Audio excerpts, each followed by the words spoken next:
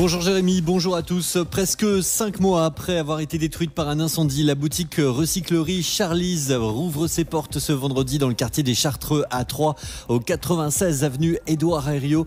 Porté par la régie de nos quartiers, ce projet avait vu le jour en octobre 2024 et c'est au bout de 10 jours d'activité seulement que l'incendie était survenu en novembre dernier. Selon l'Est Éclair, une quinquagénaire a été convoquée au tribunal de Troyes ce mardi pour injure publique, dégradation et refus de se soumettre à un contrôle d'alcoolémie.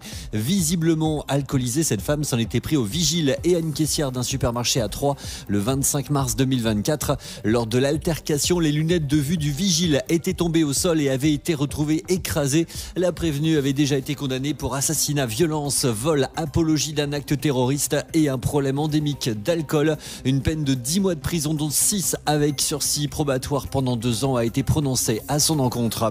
531 €, c'est ce qui manquerait chaque mois aux retraités pour vivre décemment, selon une étude de Salver Alliance publiée début avril. Et pourtant, samedi dernier, le ministre des Comptes publics, Amélie de Montchalin, a proposé de supprimer l'abattement fiscal de 10% sur les pensions de retraite pour réduire le déficit public. Pouvoir d'achat en berne, avantage fiscal menacé. Être retraité en France est-il encore facile? On a posé la question aux principaux concernés dans les rues de Troyes. Quand on a une retraite comme on a pour avoir travaillé pendant plus de 42 ans, ce qu'on a ne suffit pas, on est obligé de travailler en plus, quoi. Et je vais avoir quand même 67 ans. Je mange, je vois mes filles et je vais faire des courses et puis c'est tout. Si je vais au cinéma, c'est parce que mes filles m'ont invité. Si je vais au resto, c'est la même chose. C'est de plus en plus dur. J'avais des abonnements ou des trucs comme ça. J'ai tout viré.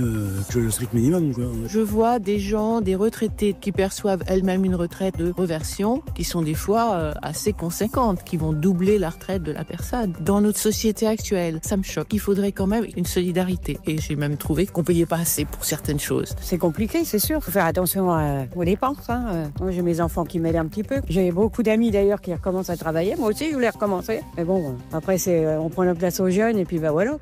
Un micro-trottoir réalisé par Eva Garnier. Cette mesure pourrait rapporter jusqu'à 5 milliards d'euros par an à l'État. Pour l'instant, au conclave des retraites, toutes les pistes sont sur la table, mais le syndicat UNSA Retraités s'y oppose fermement.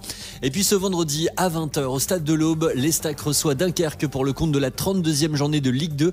Après la victoire à Clermont la semaine passée avec 7 points d'avance sur le barragiste Martigues, les joueurs de Stéphane Dumont sont à une toute petite marche du maintien. Et puis c'est un des joueurs de l'Estac, Kylian Dong, l'ailier de 20 ans, libre en juin prochain, qui s'est engagé pour la saison prochaine avec le club allemand d'Augsbourg. Selon l'Est Éclair, l'Estac touchera 500 000 € d'indemnité de formation.